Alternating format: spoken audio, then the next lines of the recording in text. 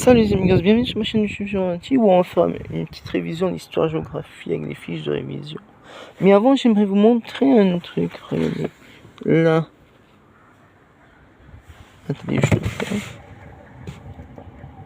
Vous savez combien il coûte ce livre chez Bordas Bordas, il fait payer ce livre 5,99 €. Ça veut dire que c'est un bon livre de révision pour apprendre toutes les matières, histoire-géographie, mais d'autres matières, et avoir enfin le bac.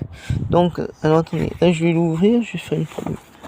Alors, les États-Unis à la tête du monde. Alors, je vais peut-être prendre autre chose, je vais voir. Alors, la question israélo-palestinienne. Alors, ensuite, gouverner la France. On va un peu lire, écoutez bien, on va un peu lire gouverner la France, la 4ème République 1946-1958, écoutez bien. Une refondation démocratique. Les Français adoptent par référendum le 13 octobre 1946 la constitution de la 4ème République avec 53 d'opinion favorable mais un fort taux d'abstention. Le préambule de la Constitution rappelle que la France est une république indivisible, laïque, démocratique et sociale, et se réfère au principe de la Déclaration des droits de l'homme et du citoyen d'août 1789. Des progrès. La Constitution entérine le droit de vote des femmes, ça c'est bien, préconisé par le CNR, Conseil national de résistance en 1944, et reconnaît aussi les droits collectifs et sociaux à l'instruction, au travail, à la grève, etc. Voilà, j'espère que vous avez compris. N'hésitez pas à mettre dans les commentaires si vous n'avez pas très bien compris.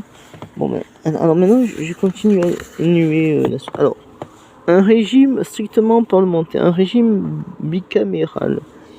Alors, cette constitution crée un régime parlementaire à 2 chambres à côté de l'Assemblée nationale. Avant de vous dire, ne vous inquiétez pas, je lis pas ce livre pour vous faire de la politique.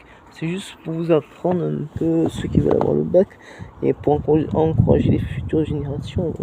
Alors, j'en étais parlementaire à 2 chambres à côté de l'Assemblée, élu pour 5 ans. Voilà, j'en étais là. Au suffrage universel direct, mais au scrutin proportionnel, il figure une seconde assemblée. Le Conseil de la République, élu pour 6 ans au suffrage indirect et qui ne donne qu'un avis. Ces 2 assemblées élisent pour 7 ans un président de la République aux fonctions représentatives qui désigne, sur proposition exclusive de l'Assemblée nationale, le président du Conseil est véritable chef de gouvernement et de l'exécutif, mais il doit investir par l'Assemblée nationale devant laquelle il est responsable. 2.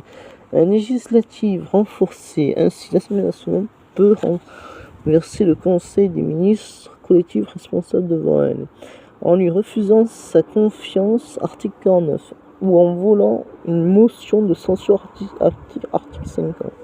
Même si le président du Conseil peut la dissoudre, l'Assemblée nationale contrôle strictement la législation et l'exécutif.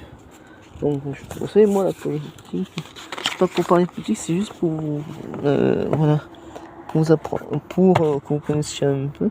Alors, si cette vidéo vous a plu, n'hésitez pas à mettre des followers, si jamais il y a 100 plus comme ça ou comme ça, des commentaires, abonnez-vous comme ça, je m'abonne. Et n'hésitez pas à mettre la petite cloche en dessous pour vos vidéos. Et moi, je dis à tout de suite pour une nouvelle vidéo, les amigos, à tout à l'heure.